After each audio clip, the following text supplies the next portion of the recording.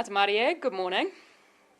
Thank you to Green Party members across the country who have put their faith and their trust in me to lead our movement alongside Marama Davidson. I want everyone who put that faith and trust in me to put that in themselves too, and in our collective capacity to change and transform our world for the better. The Greens care a lot about whakapapa. We know that we stand on the shoulders of those who have come before us. We know, as the late, great Green Ifesal Collins put it, no one stands alone, no one succeeds alone, and no one suffers alone. James Shaw is one of those giants who have contributed decades to our movement.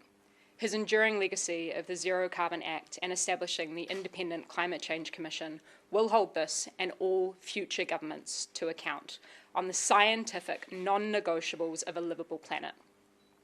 He also happens to have been my first formal invitation to the Green Party and is well renowned for being one of the most polite men in our politics. And I want to say thank you for everything, James.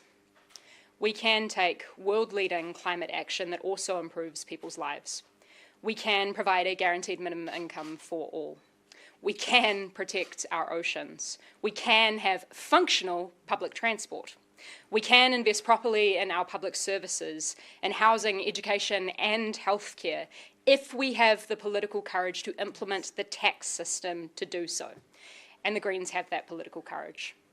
The Greens understand to our core that to confront the crises of our time, it is going to require human cooperation at a scale unlike we have ever seen before. And we understand that the necessary transformation of our economy and of our systems is not going to come from top-down vested interests. One of the many ways that we practice that power sharing in our day-to-day is the notion of co-leadership. I want to take a moment to acknowledge the marama-shaped hole next to me.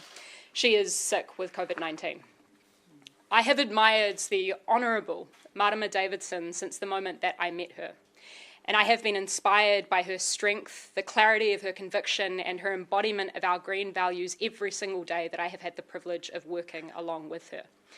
And it is no secret that Marama and I and the Greens know our licence to stand in the halls of power come from the communities that we serve. So today, I want those communities and all in this country to hear and to know three particular things. Firstly, legacy politics is not working to serve people and the planet. The stitch-up between the legacy red and blue parties captaining the country limits the oxygen and the options that people need to imagine, in turn limiting real-world results. We are not a presidentialized system like America. People do not actually vote directly for Prime Minister. And the ability to break the legacy party's duopoly is why activists, advocates, and regular people across this country campaigned for MMP. Secondly, the bully boy behaviour of this government will only succeed if we let it. The chance to improve our communities, our towns and cities, our country, and our world did not stop at the election. Even if the three men in charge have taken the opportunity to make a mockery of our democratic process these last few months. There is 2.5 years until the next general election, and Aotearoa New Zealand is rich with a history of mobilising to stop cruel politicians in their tracks.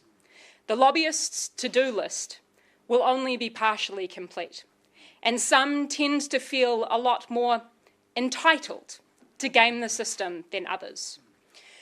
So my message is this: politics belongs to those who show up, and we need everyday people to not leave politics to the politicians, or we'll get what we've always got.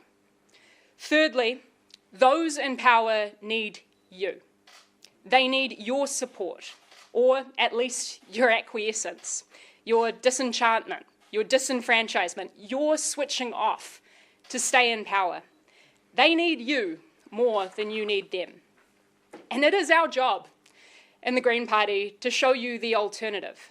We will always stand firmly in our vision and our values for an equitable Aotearoa, to prove that that better Aotearoa is possible.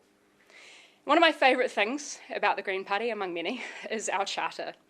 We know that Te Tiriti o Waitangi is our guiding star to enduring justice, fairness, and equity.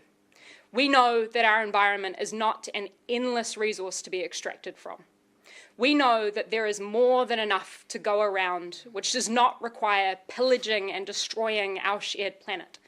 One only need look at IRD's research that shows us that the wealthiest families in this country not only hold more wealth than the bottom 2.5 million New Zealanders combined, but that they also use the system to their advantage to pay less than half the effective tax rate of the average New Zealander. That is a political choice. We know, the Greens know, that democracy can work better for all of us, with appropriate decision-making at the level where it actually affects people. This means resource sharing with local government. It means participatory and deliberative democracy. It means constitutional and parliamentary transformation. We seek to design systems that don't neglect voices and experiences that would otherwise be marginalised. We want a country and a government that works in the interest of the many, not the few. Now, the privilege of my position is that I know that I am not alone. And I want everyone who cares for our future, who despairs at this government's disregard for the climate necessary for our survival and the taking of school kids' lunch money, to know that they are not alone either. The Greens see you, we hear you, and we will represent you in the halls of power. We know where our power and our motivation comes from, and it is not the vested interests of today. It's you, your kids, your communities, and our shared future on this beautiful planet. Any questions? Firstly, congratulations on this appointment. Thanks, mate. In terms of the differences that people can expect between your leadership and James's leadership, what are people going to see? First thing that I'd say is you'll have to wait and see. So we've got some planning that'll be occurring later this afternoon and over the next few days between myself and Marama, obviously now, unfortunately, via Zoom, given Marama is down with COVID-19.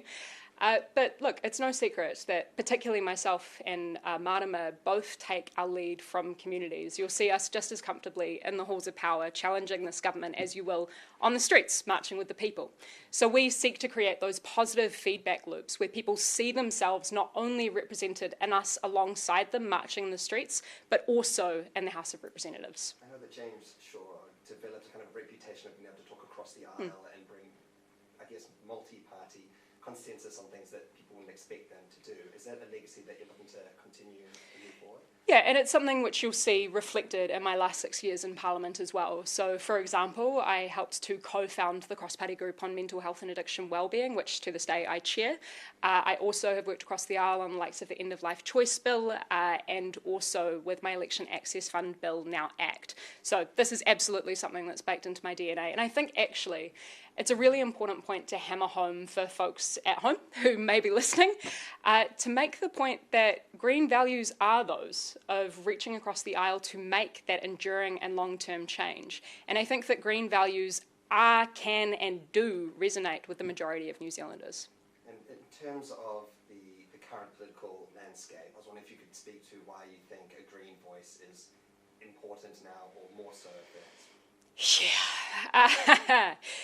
Look, I got to say, reflecting on the past few weeks and months that myself and my Green colleagues have had in our Parliament, it's been a real experience in gaslighting, where this government has not only demonstrated that it doesn't have any care for the evidence, but that it's going to pursue its agenda simply because it says that it will, despite actually evidence that says that it is going to make the country a worse place. Now more than ever, Green Party values and our evidence-based policy positions are fundamentally critical. But more so than that, I'd say that the role that we play is also giving people that hope. And that's the message that I wanted to get across this morning, is that this government wants to squash people's hope that better is possible. We fundamentally believe that it is. And that's why, among many other things, we hold co-leadership and that sharing of power, why it is the case that we seek to hold a mirror out to society and see everyday New Zealanders stand in their power to understand and influence our politics, not just to leave it to the politicians. I understand that your campaign to get into this position didn't go uncontested. I was wondering if we could talk about Alex Boltz and kind of the other messages that you're hearing from your party at this time around where they want to see the party? Yeah, so one of the coolest things, among many, of the Green Party is the fact that we are incredibly democratic to a fault. I don't think you'll see any other legacy political party having the ability for any member anywhere across the country to put themselves forward, let alone the transparency and what those results are. So, I called Alex on Friday and said, thanks for the opportunity for us both to put ourselves forward and to have this really robust discussion with our party. Speaking of Alex Fuchs, he attempted to sort of jump the gun this morning by releasing his concession speech about half an hour before today. What's your message to him in wake of that? Oh, I called him on Friday and I said, thanks, just as I outlined just before. I'm not particularly interested in the nitpicking or the details of that. At the end of the day, we've run a really democratic process, and that's something that I'm deeply proud of. But do you expect there still be some involvement for him in the Green Party in the future? Yeah, totally. I mean, that's the message that he gave me on Friday. Yeah. Can we expect a different style of Green Party with you as co-leader? I'm going to sound like a cynic, I don't mean to, but some people have said maybe James Shaw has been a bit quiet on some Greens values that some people associate with the Greens Party. We know that you are a different style of co-leader maybe. Is it going to be a bolder, more aggressive Green Party? Look, you said it, but what I'll also say is all Green Party MPs, and in fact all of our candidates, sign up to our Green Party Charter. That's built on a foundation of honouring Te Tiriti o Waitangi, a commitment to understanding ecological wisdom, that is, resources are finite. The next principle follows, that is social responsibility, known derogatorily on the internet as social justice, such that if we accept the premise that those resources are finite, we need to understand that they have to be shared justly and equitably in order to have a functional and cohesive and coherent society. The next principle is non-violence. That's pretty inherently obvious as to how we design those systems, and then appropriate decision making. These are values that all Greens hold to fundamentally in our being. We don't get much choice about how we end up being painted in the media or in social media or otherwise, but these are the things that all of us stand for. Do you want to take the party in a different direction than it has been? Look, my vision for the party is for us to grow. As I said when I announced my bid for the co-leadership, I believe that we are the leading voice on the left, and I believe that our numbers in Parliament should reflect that so that we are able to achieve the transformational change that New Zealanders deserve, so that we have an economy and a society that works meaningfully for the people and the planet, not the other way around. As Jeanette Fitzsimons said, we have an economy that exploits both people and the planet at present. So, fundamentally, my job, as I see it, for the next few weeks and months and years, is to identify local champions across this country to run serious and inspiring campaigns in their communities to mobilise thousands, if not tens of thousands, if not hundreds of thousands, if not millions of New Zealanders to realise their power to change this country for the better. I was just going through our library footage back at work in 2016. I think you were walking on the TV and said one of your first interviews as a mayoral candidate. In Q&A, yeah. Making the choice, I want to get into politics. Here we are, not even 10 years later, a co-leader of a major party. Did you think you were going to be here 11 years ago? Absolutely not.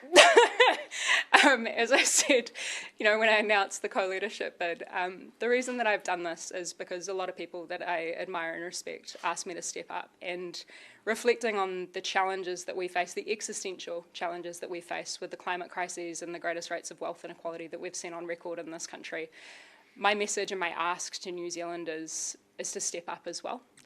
All of us need to play a role in changing the way that things are currently operating, and it is just, for me, best summarised in that statement that we cannot leave politics to the politicians, because when you do so, we end up with this system which continues to serve vested interests, and frankly, that's not good enough. Are you concerned at the moment about this idea that the right is going further right and the left is going further left, and how do you feel like the Greens will play that dynamic?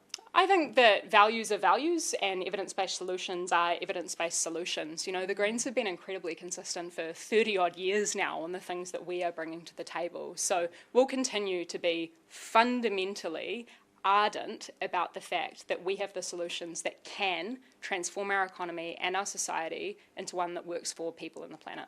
But to your point around particularly the right going further right, we are concerned about some of the noises that we have heard from this government and some of the incredibly reactionary, not only commentary, but the direction of some of these policies. We've heard the government say that they actually don't care about the evidence that their own advisors have said that these policies will make the country a worse place. They don't care about that. That's not good enough. New Zealanders deserve to expect better of their ostensible political leaders. And do you find that the latest, I guess, talk around the fast tracking of major projects, especially in an environmental sense, is that something that you're concerned about? We're deeply concerned. I mean, this government has not only rode roughshod over the last few months over typical democratic process. I mean, I made this point when the smoke-free repeals were going through a few weeks ago. Myself and Huhana Linden were sat in the chamber until midnight as they just rammed that through, saying that, they had a campaign and therefore they're able to effectively resort to authoritarian rule for the next 3 years. And we were saying, well, firstly, this actually was not something that anyone saw campaigned on. And secondly, I think actually New Zealanders would expect that when political parties go out to campaign and put forward policies, that doesn't preclude the typical parliamentary and democratic process for New Zealanders to engage in the implementing of those policies. So that's something to be incredibly and deeply concerned about. And the media landscape at the moment is a bit on shaky grounds. Is that an area of concern for you in terms of how politics gets its message out to people? Yeah, big time. I just firstly wanted to mahi to all of you guys who, come from respective media outlets that are, facing incredibly challenging times. And what a lot of the evidence and the experience overseas tells us is that we are going to have to reconcile with the fact that the commercial media model is failing. And that poses a massive issue for our democracy and for truth and trust in not only our politicians, but also our society as a whole. So I think that this is actually incumbent on the next government, hopefully in a cross-partisan manner, for us all to come together as parliamentarians and say that we really need a robust and strong media landscape to hold us all to account. And it already says on Wikipedia that you're the co-leader. Oh, I don't know who did that. Wikipedia's got some weird stuff on it, man. They're focused on some weird things. Has the gravity of this announcement dawned on you? Are you how you feel? Yeah, still grappling with that, if I'm perfectly honest with you. My dad sent me a cute text this morning, and I've had a few from people who I've worked with over the last few years, so I just feel incredibly humbled and honoured, to be honest with you. It's pretty clear, as Kim was kind of alluding to before, this is not necessarily something that I've ever really asked for, but it is something that I feel incredibly excited and privileged to step into. And I see my role to remind New Zealanders that there is far greater leadership capacity out there in our communities than I often see reflected in the halls of power. I want New Zealanders to take back their power and their control and to hold this government to account just as much as we are, because that's the only way that we're going to stop their incredibly conservative and regressive shredder of an agenda. Awesome. Sorry, final question? I was just going to ask, obviously you're very active in the activism scene within the party as well, seeing quite a lot of rallies and whatnot. How do you use that? So are you going to uptake your public presence, to increase the party's rating come 2026? Yeah, so as I was kind of outlining before, I see my role as not only kind of putting myself and obviously alongside Marama in the spotlight so that we can get that message across so that New Zealanders understand the proposals from the Green Party, but also identifying local champions across this country so that we can run incredibly inspiring localised campaigns to win outcomes outside actually of the election cycle, but alongside the election cycle. Because politics doesn't just happen every 3 years with a general election, it happens every single day with decisions that impact and saturate our daily lives, that create and shape our world. So I see my role not only as continuing to show up on the streets as well as in our House of Parliament, but also continuing to shoulder tap and identify amazing leaders out there in the community so that they come in to that House of Parliament and that they enable us to make the necessary change. Final question. Yeah, go hard. It's been a shaky period for the Greens. I guess we've had Elizabeth Kitty, then we've had Golleries. There've been some public figures that have gone through some tough times. Is this a new leaf for the party? What does this look like going forward for you guys? Yeah, I mean, James himself said when he announced that he would be stepping down that he saw this as a new era for the Green Party. And part of that was obviously that James had kind of succeeded in his mission of getting us safely into government and safely out the other side, but also that we now have the largest ever Green Party caucus that we've ever had. And that's something that is so deeply exciting and inspiring. It looks more, in my view, like Aotearoa New Zealand than it ever has. So I do see that we are in a new era, and as with any party that, you know, has a few decades under its belt, we will continue evolving and maturing. And I think you've seen some of that reflected in the 2020 election with, you know, the winning of Auckland Central, despite all odds and many polls that said that we couldn't, and then multiplying that 3 times over in 2023. So just you wait and see when 2026 rolls around. Thank you all so much. Cheers.